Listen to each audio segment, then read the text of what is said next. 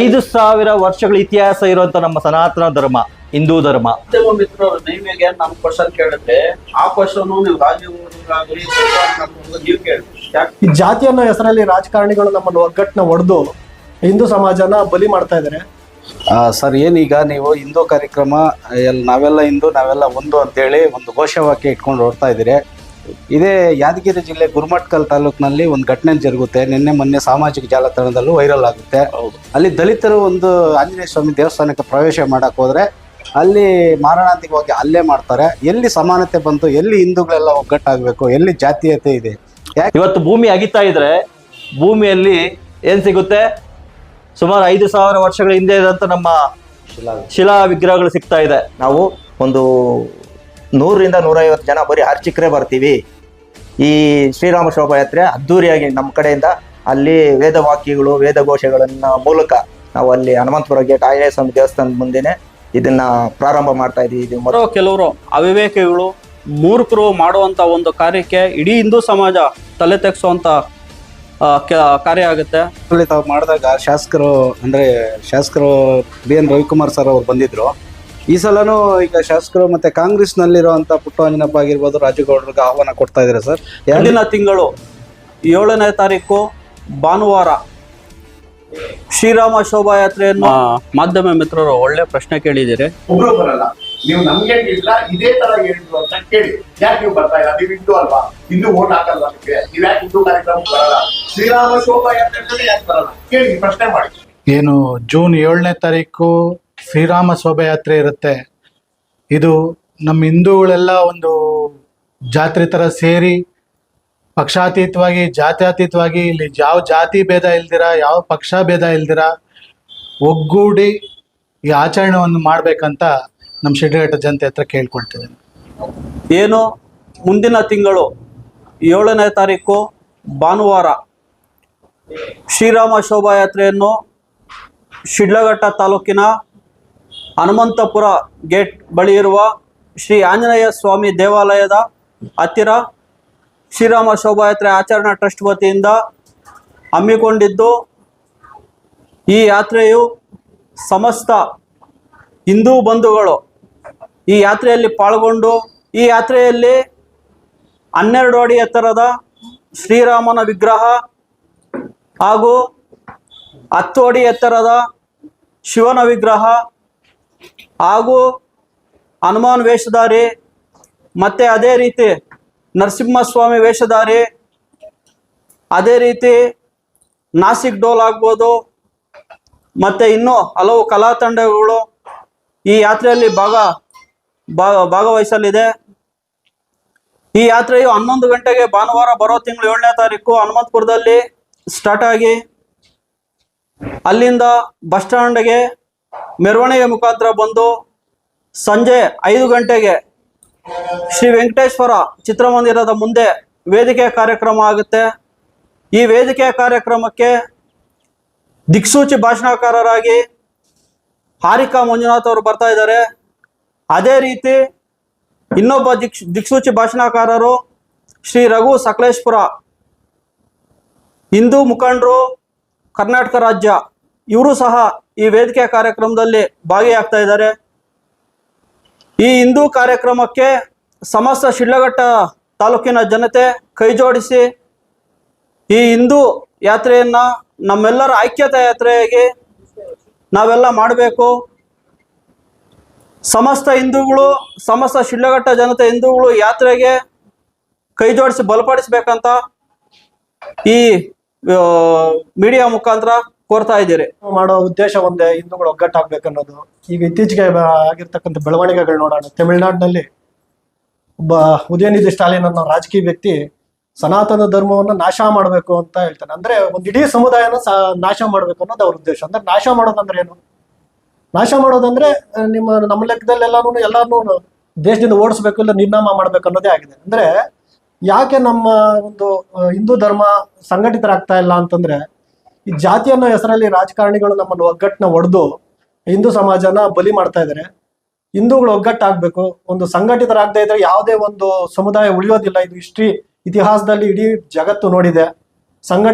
ಆಗದೇ ಇರತಕ್ಕಂಥ ಯಾವುದೇ ಒಂದು ಸಮುದಾಯ ಉಳಿದಿರೋ ಉದಾಹರಣೆ ಇಲ್ಲ. ತಕ್ಕ ಮಟ್ಟಿಗೆ ಹಿಂದೂ ಸಮಾಜ ಸಂಘಟಿತರಾಗಿ ಹಿಂದಿನ ಕಾಲದಿಂದನೂ ಎದುರಿಸ್ಕೊಂಡು ಬರ್ತಾ ಇರೋದಕ್ಕೆ ಇದುವರೆಗೂ ನಾವು ಉಳ್ಕೊಂಡು ಬಂದಿದ್ದೀವಿ. ಆ ಒಂದೇ ಕಾರಣಕ್ಕೆ ಎಲ್ಲಾ ಪಕ್ಷಾತೀತವಾಗಿ ನಾವು ಹಿಂದೂಗಳನ್ನು ಒಂದು ಹೆಮ್ಮೆನ ಎದೆಯಲ್ಲಿ ಇಟ್ಕೊಂಡು ಇನ್ನು ಒಂದು ಶೋಭಾಯಾತ್ರೆ, ನಮಗೆ ರಾಮ ಅಂತಂದ್ರೆ ಆದರ್ಶ ಪುರುಷ, ಅಲ್ಲಿನಿಂದ ನಮ್ಮ ಒಂದು ಇತಿಹಾಸ ದೊಡ್ಡದಾಗಿ ಬೆಳ್ಕೊಂಡು ಬಂದಿದೆ. ಹಾಗಾಗಿ ರಾಮನ್ನ ನಾವು ಆರಾಧಿಸ್ಕೊಂಡು ಬಂದಿದ್ದೀವಿ. ಹಂಗಾಗಿ ಎಲ್ಲ ನಮ್ಮ ತಾಲೂಕಿನ ಹಿಂದೂ ಬಾಂಧವರು ಒಗ್ಗಟ್ಟಾಗಿ ಪಕ್ಷಾತೀತವಾಗಿ ಜಾತಿಗಳನ್ನೆಲ್ಲ ಮರೆತು ಈ ಕಾರ್ಯಕ್ರಮದಲ್ಲಿ ಭಾಗಿಯಾಗಿ ಒಂದು ಸ್ಪಷ್ಟ ಸಂದೇಶ ಕೊಡ್ಬೇಕು. ನಾವು ನಮ್ಮ ಶಿಡ್ಲಘಟ್ಟದಲ್ಲೂ ನಾವು ಹಿಂದೂಗಳು ಒಗ್ಗಟ್ಟಾಗಿದ್ದೀವಿ. ಪಕ್ಷ ಅಂತ ಬಂದ್ರೆ ನಾವು ಯಾವ್ದಕ್ಕಾದ್ರೂ ಓಟ್ ಹಾಕತ್ತೀವಿ. ಆದ್ರೆ ಒಂದು ಸಮುದಾಯದ ಕಾರ್ಯಕ್ರಮ ಅಂದಾಗ ನಾವು ಒಗ್ಗಟ್ಟಾಗಿ ಎಲ್ಲ ನಾವು ಅವ್ರ ಜೊತೆ ನಿಲ್ತೀವಿ ಅಂತ ಹೇಳಿ ಒಂದು ಒಗ್ಗಟ್ಟಿನ ಪ್ರದರ್ಶನ ಮಾಡಬೇಕು. ಈ ಮೂಲಕ ನಾವು ಸಂಘಟಿತರಾಗೋಣ ಅಂತ ಈ ಮೂಲಕ ನಾವು ನಿಮ್ಮಲ್ಲಿ ಕೇಳ್ಕೊತಾ ಇದ್ದೀವಿ. 5,000 ವರ್ಷಗಳ ಇತಿಹಾಸ ಇರುವಂತ ನಮ್ಮ ಸನಾತನ ಧರ್ಮ, ಹಿಂದೂ ಧರ್ಮ, ಬೇರೆ ಬೇರೆ ಧರ್ಮದವರು ಸಹ ನಮ್ಮ ಧರ್ಮದ ಮೇಲೆ ದಬ್ಬಾಳಿಕೆ ಮಾಡಿ ಆಳ್ವಿಕೆ ಮಾಡಿ ಹೋದ್ರು ಸಹ ಇವತ್ತು ನಮ್ಮ ತಾತಂದ್ರು, ನಿಮ್ಮ ತಾತಂದ್ರು, ಮುತ್ತಾತಂದ್ರು ಸಹ ಧರ್ಮ ಬಿಟ್ಟು ಬೇರೆ ಧರ್ಮಕ್ಕೆ ಹೋಗದೆ ಸನಾತನ ಧರ್ಮದಲ್ಲೇ ಉಳಿದಿದ್ದಾರೆ ಅಂತಂದ್ರೆ ಇವತ್ತು ನಾವೆಲ್ಲ ಸೇರಿ ಇವತ್ತು ಶ್ರೀರಾಮನ ಕಾರ್ಯ, ಈಶ್ವರನ ಕಾರ್ಯ, ಮತ್ತೆ ನಮ್ಮಲ್ಲಿ 32 ಕೋಟಿ ದೇವತೆಗಳಿದ್ದಾರೆ ಅಂತ ಹೇಳ್ತಾರೆ. ಇವತ್ತು ಭೂಮಿ ಅಗಿತಾ ಇದ್ರೆ ಭೂಮಿಯಲ್ಲಿ ಏನ್ ಸಿಗುತ್ತೆ? ಸುಮಾರು 5,000 ವರ್ಷಗಳ ಹಿಂದೆ ಇರೋಂಥ ನಮ್ಮ ಶಿಲಾ ವಿಗ್ರಹಗಳು ಸಿಗ್ತಾ ಇದೆ. ಅದೇ ಬೇರೆ ಧರ್ಮದ ಅಲ್ಲಿ ಸಿಗ್ತಾ ಇಲ್ಲ ಅಂದಾಗ ನಾವ್ ಯಾಕೆ ಭಯ ಬಿಡಬೇಕು? ಭಯ ಬೀಳುವಂತ ಪ್ರಶ್ನೆ ಇಲ್ಲ. ಈ ಭರತ ಖಂಡ ಇವತ್ತು ನಾವ್ ಏನಿದ್ದೀವೋ ಇಷ್ಟೇ ಅಲ್ಲ, ಏಷ್ಯಾ ಕಂಟ್ರಿನೇ ನಮ್ಮ ಒಂದು ಭರತ ಖಂಡ. ಇದು ಮಹಾಭಾರತ, ರಾಮಾಯಣ ಅಂತ ಒಂದು ದೊಡ್ಡ ದೊಡ್ಡ ಒಂದು ಗ್ರಂಥಗಳು ಮತ್ತೆ ಒಂದು ಕಾಲಚಕ್ರದಲ್ಲಿ ನಡೆದಿರೋಂಥ ಘಟನೆಗಳಿವೆಲ್ಲ. ಆತ್ಮೀಯರೇ, ಇವತ್ತು ನಾವು ಏನು ಶ್ರೀರಾಮ ಶೋಭಾಯಾತ್ರೆ ಮಾಡಬೇಕು ಅಂತ ಪ್ರತಿ ವರ್ಷ ನಾವು ಇವತ್ತು ಯಾಕೆ ಈ ಒಂದು ಹೆಸರಿಟ್ಕೊಂಡು ಈ ಶೋಭಾಯಾತ್ರೆ ಸೇವಾ ಟ್ರಸ್ಟ್ ಅಂತ ಮಾಡ್ಬೇಕು ಅಂತ ಹೊರಟಿದೀವೋ, ಹಿಂದೂ ಕಾರ್ಯಕ್ರಮ, ನಮ್ಮ ಹಿಂದೂ ಬಾಂಧವರು ಜಾತ್ಯತೀತವಾಗಿ ಪಕ್ಷಾತೀತವಾಗಿ ಒಂದಾಗಿ ಇಂಥ ಕಾರ್ಯಕ್ರಮಗಳನ್ನು ಮಾಡಬೇಕು. ಇತ್ತೀಚಿನ ದಿನಗಳಲ್ಲಿ ನಮ್ಮ ಮಾಧ್ಯಮ ಮಿತ್ರರು ನಿಮ್ಗೆ ಚೆನ್ನಾಗಿ ಗೊತ್ತಿರುತ್ತೆ, ನಮ್ಮ ಯುವ ಪೀಳಿಗೆ ಎಲ್ಲೆಲ್ಲಿ ಕಾಲಹರಣ ಮಾಡ್ತಾ ಇದೆ, ಎಲ್ಲಿ ಟೈಮ್ ವೇಸ್ಟ್ ಮಾಡ್ತಾ ಇದೆ, ಸಂಸ್ಕಾರ ಅಂದ್ರೆ ಏನು, ಒಂದು ಸಂಬಂಧ ಅಂದ್ರೆ ಏನು, ದಿನೇ ದಿನ ಅದು ನಶಿಸ್ತಾ ಇದೆ. ಇವೆಲ್ಲವನ್ನು ನಾವು ನಮ್ಮ ಪೀಳಿಗೆಗೆ ತಿಳಿಸ್ಬೇಕಂತಂದ್ರೆ ನಮಗೆ ಏನು ಅಲ್ಪ ಸ್ವಲ್ಪ ಜ್ಞಾನ ತಿಳಿದಿದೆಯೋ ಅದನ್ನ ನಿಮ್ಮ ಮುಖಾಂತರ ನಾವು ಇವತ್ತು ಈ ಸಮಾಜಕ್ಕೆ ತಿಳಿಸ್ಬೇಕಾಗಿದೆ. ಇಂಥ ಒಂದು ಕಾರ್ಯಕ್ರಮಗಳು ಪ್ರತಿ ವರ್ಷ ನಡಿಬೇಕು. ನಾವೇ ಅಂತಲ್ಲ, ಯಾರು ಈ ಕಾರ್ಯಕ್ರಮಗಳು ಮಾಡ್ತಾರೆ ಅದಕ್ಕೆಲ್ಲ ನಾವು ಸಪೋರ್ಟ್ ಮಾಡ್ತೀವಿ. ಜಾತಿ ಬೇಡ ನಮ್ಗೆ, ನಮ್ಮ ಪಕ್ಷಾತೀತವಾಗಿ ಜಾತಿ ಬೇಡ. ಇವತ್ತು ನಾವು ಅದನ್ನ ಉಳಿಸ್ಕೊಂಡು ನಮ್ಮ ಹಿಂದಿನ ಪೀಳಿಗೆಗೆ ನಮ್ಮ ಮಕ್ಕಳು ಧೈರ್ಯವಾಗಿ ಈ ಧರ್ಮದಲ್ಲಿ ನಿಲ್ತಾರೆ. ಇಲ್ಲಾಂದ್ರೆ ಬೇರೆ ಧರ್ಮದ ದಬ್ಬಾಳಿಕೆಯಲ್ಲಿ ಅವ್ರು ಇವತ್ತು ನಶಿಸಿ ಹೋಗ್ತಾರೆ. ಅದಕ್ಕೆ ನಮ್ಮ ಶಿಡ್ಲಘಟ್ಟ ಯೂತ್ಗೆ ನಮ್ಮ ಕಡೆಯಿಂದ ರಿಕ್ವೆಸ್ಟ್ ಮಾಡ್ತಾ ಇದೀವಿ. ಸಹಸ್ರಾರು ಜನ, ಒಬ್ರು ಬರ್ದಿರ ಪ್ರತಿ ಹಳ್ಳಿಯಿಂದ 100 ಜನ ಇವತ್ತು ಹನುಮಂತಪುರ ಗೇಟ್ ಇಂದ ಶಿಡ್ಲಘಟ್ಟ ತಾಲೂಕು ನಮ್ಮ ಬಸ್ ಸ್ಟ್ಯಾಂಡ್ ಏನಿದೆ, ಶಿಡ್ಲಘಟ್ಟ ಸರ್ಕಾರಿ ಬಸ್ ಸ್ಟ್ಯಾಂಡ್ ಏನಿದೆಯೋ ಅಲ್ಲಿ ವೆಂಕಟೇಶ್ವರ ಥಿಯೇಟರ್ ಮುಂದೆ ನಾವು ವಾಗ್ಮಿಗಳು, ನಮ್ಮ ಹಿಂದೂ ಧರ್ಮದ ಬಗ್ಗೆ ತಿಳ್ಕೊಂಡಿರೋಂಥವ್ರು, ಸ್ವಲ್ಪ ಜ್ಞಾನ ತಿಳ್ಕೊಂಡಿರೋಂಥವ್ರು ನಮಗೆ ಅದ್ರ ಬಗ್ಗೆ ಕೆಲವೊಂದು ಮಾಹಿತಿಗಳು ಕೊಡ್ತಾರೆ. ಕೇಳೋಣ, ತುಂಬಾ ಚೆನ್ನಾಗಿರ್ತದೆ. ಏನಕ್ಕಪ್ಪ ಅಂತಂದ್ರೆ ಒಬ್ರು ಅವರು ಒಲಿಯರು, ಇವ್ರು ಮಾದಿಗರು, ಒಕ್ಕಲಿಗರು ಅಂತ ಹೇಳ್ಕೊಂಡು ಬರ್ತಾ ಇದ್ದಾರೆ. ಅದು ಬೇಕಿಲ್ಲ ನಮ್ಗೆ. ನಾವೆಲ್ಲ ಹಿಂದೂಗಳು, ನಾವೆಲ್ಲ ಯಾವತ್ತಿದ್ರು ಒಂದೇ ಅನ್ನೋ ಮಾತಿಗೆ ನಾವು ಈ ಶ್ರೀರಾಮ ಶೋಭಾಯಾತ್ರೆ ಮಾಡೋದಕ್ಕೆ ಮುಂದಾಗಿ ನಿಂತಿದ್ವಿ. ಅದರಲ್ಲಿ ನಾವು ಮೊದಲನೇ ಬಾರಿಗೆ ಆಚರಣೆ ಟ್ರಸ್ಟ್ ಮಾಡಿದ್ವಿ. ಶ್ರೀರಾಮ ಶೋಭಾಯಾತ್ರೆ ಆಚರಣೆ ಟ್ರಸ್ಟ್ ಇದು ಮೊದಲನೇ ಬಾರಿ ಟ್ರಸ್ಟ್ ಆದ್ಮೇಲೆ ನಾವು ಅತಿ ಅದ್ದೂರಿಯಾಗಿ ಮಾಡ್ಬೇಕು ಅಂತ ಹೇಳ್ಬಿಟ್ಟು ಪ್ಲಾನ್ ಮಾಡಿದ್ವಿ. ಮತ್ತೆ ಇವತ್ತು ನಮಗೆ ಮಾಹಿತಿ ನಮ್ಮ ಅರ್ಚಕರು, ದೇವಸ್ಥಾನ ಪ್ರಧಾನ ಅರ್ಚಕರು ಎಲ್ಲರೂ ನಮಗೆ ಮಾಹಿತಿ ಕೊಟ್ಟಿದ್ದಾರೆ. ಏನಂತಂದ್ರೆ ನಾವು ಒಂದು 100ರಿಂದ 150 ಜನ ಬರೀ ಅರ್ಚಕರೇ ಬರ್ತೀವಿ. ತಾವು ಮಾಡಿದಾಗ ಶಾಸಕರು BN ರವಿಕುಮಾರ್ ಸರ್ ಅವ್ರು ಬಂದಿದ್ರು. ಈ ಸಲನೂ ಈಗ ಶಾಸಕರು ಮತ್ತೆ ಕಾಂಗ್ರೆಸ್ ನಲ್ಲಿರುವಂತ ಪುಟ್ಟರಂಜನಪ್ಪ ಆಗಿರ್ಬೋದು, ರಾಜುಗೌಡರಿಗೆ ಆಹ್ವಾನ ಕೊಡ್ತಾ ಇದಾರೆ ಸರ್. ಯಾಕೆ ಬರ್ತಾ ಇಲ್ಲ ಅವರು ಅಂತ? ಇಲ್ಲ, ಖಂಡಿತವಾಗ್ಲೂ ನಾವು ಈಗ ಮೊದಲು ಹಿಂದೂಗಳು ಅಂತ ಇಲ್ಲಿ ನಮ್ಮ ಪಕ್ಷ ಅಂತ ಬರೋದಿಲ್ಲ. ಆದ್ರೂ ಸಹ ರಾಜಕೀಯ ಅನ್ನೋದು ನಮ್ಮ ದೇಶದಲ್ಲಿ ಒಂದು ಅಂಗ. ಅದು ಇವತ್ತು ಹಿಂದೂಗಳು ಎಲ್ಲಾ ರಾಜಕೀಯ ಪಕ್ಷದಲ್ಲೂ ಇದ್ದಾರೆ. ಖಂಡಿತವಾಗ್ಲೂ ನಾವು ಎಲ್ಲರನ್ನೂ ನಾವು ಇನ್ವೈಟ್ ಮಾಡ್ತೀವಿ. ಕಾಂಗ್ರೆಸ್ ಅಲ್ಲಿ ಇರುವಂತ ಮುಖಂಡರುಗಳನ್ನ, BJP ಅಲ್ಲಿ ಇರುವಂತ ಮುಖಂಡರುಗಳನ್ನ, ಮತ್ತೆ JDS ಅಲ್ಲಿ ಇರುವಂತ ಮುಖಂಡರುಗಳು ಸಹ ನಾವು ಇನ್ವೈಟ್ ಮಾಡ್ಬೇಕಂತಿದೀವಿ. ಈಗಾಗಲೇ ಅದರೆಲ್ಲ ಪಟ್ಟಿ ಸಿದ್ಧತೆ ಮಾಡ್ತಾ ಇದೀವಿ. ಯಾರನ್ನೂ ಬಿಡೋದಿಲ್ಲ, ಎಲ್ಲರೂ ಸಹ ಅವ್ರ ಸಹಕಾರ ನಾವು ತಗೊಂತೀವಿ. ಒಂದು ವಿಚಾರ, ಮಾಧ್ಯಮ ಮಿತ್ರರು ನಿಮಗೆ ನಾನು ಕ್ವಶನ್ ಕೇಳಿದ್ರೆ ಆ ಕ್ವಶನ್ ನೀವು ರಾಜೀವ್ಗಾಗ್ಲಿ ನೀವು ಕೇಳಿದ್ರಿ. ಯಾಕಂದ್ರೆ ನಾವು ಪ್ರತಿ ವರ್ಷ ಹೋಗಿ ಆಹ್ವಾನ ಕೊಡ್ತೀರಿ, ಅವ್ರು ಭಾಗಿಯಾಗ್ತಾ ಇಲ್ಲ, ಯಾಕೆ ಭಾಗಿಯಾಗ್ತಾ ಇಲ್ಲ ಅಂತ ಕೇಳಿ. ಅದೇ ಅದೇ ಮುಖಂಡರು ನೀವೇನ್ ಹೆಸರು ಹೇಳಿದ್ರಿ, ಅದೇ ಮುಖಂಡರು ಬೇರೆ ಸಮುದಾಯದವರು ಏನು ಕಾರಣಕ್ಕಂದ್ರೆ ಎಲ್ರಿಗಿಂತ ಫಸ್ಟ್ ನಿಂತ್ಕೊಳ್ತಾರೆ, ಎಲ್ರಿಗಿಂತ ಫಸ್ಟ್ ಹೋಗ್ತಾರೆ. ಯಾಕಂದ್ರೆ ಅವ್ರಿಗೆ ಓಟ್ ಬೇಕು. ಅದೇ ಹಿಂದೂಗಳನ್ನ ಹೋಗಿ ಕೈ ಕಾಲು ಇಟ್ಕೊಂಡು ಅವ್ರು ಬರಲ್ಲ, ಬರ್ತೀವಿ ಅಂತಾರೆ, ಬರಲ್ಲ. ನಮ್ದ್ರಲ್ಲಿ ಪಕ್ಷ ಅನ್ನೋದಿಲ್ಲ, ಎಲ್ಲ ಹಿಂದೂ ಅಂತಾನೆ ನಾವು ಎಲ್ರಿಗೂ ಇದ್ ಮಾಡೋದು. ಒಬ್ರು ಬರಲ್ಲ. ನೀವು ನಮ್ಗೆ ಇಲ್ಲ ಇದೇ ತರ ಹೇಳಿದ್ರು ಅಂತ ಕೇಳಿ, ಯಾಕೆ ನೀವು ಬರ್ತಾ ಇಲ್ಲ? ನೀವು ಹಿಂದೂ ಅಲ್ವಾ? ಹಿಂದೂ ಓಟ್ ಹಾಕಲ್ವಾ ನಿಮ್ಗೆ? ನೀವ್ ಯಾಕೆ ಹಿಂದೂ ಕಾರ್ಯಕ್ರಮಕ್ಕೆ ಬರಲ್ಲ? ಶ್ರೀರಾಮ ಶೋಭಾಯಾತ್ರೆ ಯಾಕೆ ಬರಲ್ಲ ಕೇಳಿ, ಪ್ರಶ್ನೆ ಮಾಡಿ. ಪ್ರತಿ ಸರಿನೂ ಎಷ್ಟು ಸರಿ ನಡೆದಿದೆಯೋ ಅಷ್ಟು ಸರಿನೂ ಆಹ್ವಾನ ಕೊಡ್ತಾ ಸರ್, ಏನೀಗ ನೀವು ಹಿಂದೂ ಕಾರ್ಯಕ್ರಮ ನಾವೆಲ್ಲ ಹಿಂದೂ ನಾವೆಲ್ಲ ಒಂದು ಅಂತೇಳಿ ಒಂದು ಘೋಷವಾಕ್ಯ ಇಟ್ಕೊಂಡು ಓಡ್ತಾ ಇದ್ದೀರಿ.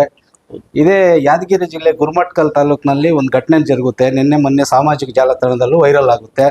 ಅಲ್ಲಿ ದಲಿತರು ಒಂದು ಆಂಜನೇಯ ಸ್ವಾಮಿ ದೇವಸ್ಥಾನಕ್ಕೆ ಪ್ರವೇಶ ಮಾಡಕ್ ಹೋದ್ರೆ ಅಲ್ಲಿ ಮಾರಣಾಂತಿಕವಾಗಿ ಹಲ್ಲೆ ಮಾಡ್ತಾರೆ. ಎಲ್ಲಿ ಸಮಾನತೆ ಬಂತು? ಎಲ್ಲಿ ಹಿಂದೂಗಳೆಲ್ಲ ಒಗ್ಗಟ್ಟಾಗಬೇಕು? ಎಲ್ಲಿ ಜಾತೀಯತೆ ಇದೆ?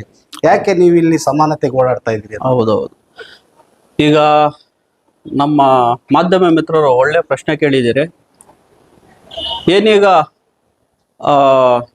ಆ ಘಟನೆ ನಡೀತು. ಆ ಘಟನೆ ನಮ್ಮ ಹಿಂದೂ ಸಮಾಜ ಪೂರ್ತಿ ತಲೆ ತಗ್ಗಿಸುವಂಥದ್ದು.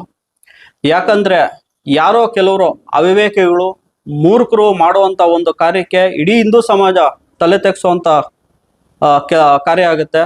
ಅದರಿಂದ ಈ ಮಾಧ್ಯಮದ ಮುಖಾಂತರ ನಾನು ಎಲ್ರಿಗೂ ಒಂದೇ ಹೇಳೋದು, ಎಲ್ಲ ಕಡೆ ಆಗಲಿ ಭಾರತ ದೇಶದಾದ್ಯಂತ ಎಲ್ಲ ದೇವಸ್ಥಾನಗಳಲ್ಲಿ ಎಲ್ರಿಗೂ ಮುಕ್ತ ಅವಕಾಶ ಕೊಡಬೇಕು. ಇಲ್ಲಿ ಜಾತಿ ಅಂತ ದೇವ್ರು ಯಾರಿಗೂ ಹೇಳಿಲ್ಲ. ನೀವು ಆ ಜಾತಿ, ನೀವು ಈ ಜಾತಿ, ನೀವು ಇಲ್ಲಿ ಬರಬಾರ್ದು ಅಂತ ದೇವ್ರು ಹೇಳಿಲ್ಲ. ಈ ಮನುಷ್ಯರು ಮಾಡ್ಕೊಂಡಿರೋವಂಥ ಈ ಮೂರ್ಖ ಕೆಲಸನೆಲ್ಲ ಬಿಟ್ಟು ಸಮಸ್ತ ಹಿಂದೂಗಳು ನಾವೆಲ್ಲ ಒಂದು ಅನ್ನೋ ಭಾವನೆ ಇಟ್ಕೊಂಡು ನಾವೆಲ್ಲ ಐಕ್ಯತೆಯಿಂದ ಬದುಕಬೇಕು. ನಮ್ಮ ಹಿಂದೂ ಸಮಾಜಕ್ಕೆ ಒಳ್ಳೆ ಹೆಸರು ತರಬೇಕು. ನಾವು ಏನು ಹಿಂದೂ ಸಮಾಜನ ಉಳಿಸಿ ಬೆಳೆಸುವಂಥ ಕಾರ್ಯ ಮಾಡಬೇಕು. ಅದರಿಂದ ಇದನ್ನ ನಾವು ತುಂಬ ಖಂಡಿಸ್ತಾ ಇದ್ದೀರಿ. ಈ ಘಟನೆ ಮರುಕಳಿಸಬಾರ್ದು ಭಾರತ ದೇಶದಾದ್ಯಂತ ನಾವೆಲ್ಲ ಕೋರ್ತಾ ಇದ್ದೀರಿ ಅಂತ ಹೇಳ್ತಾ ಇದ್ದೀರಿ.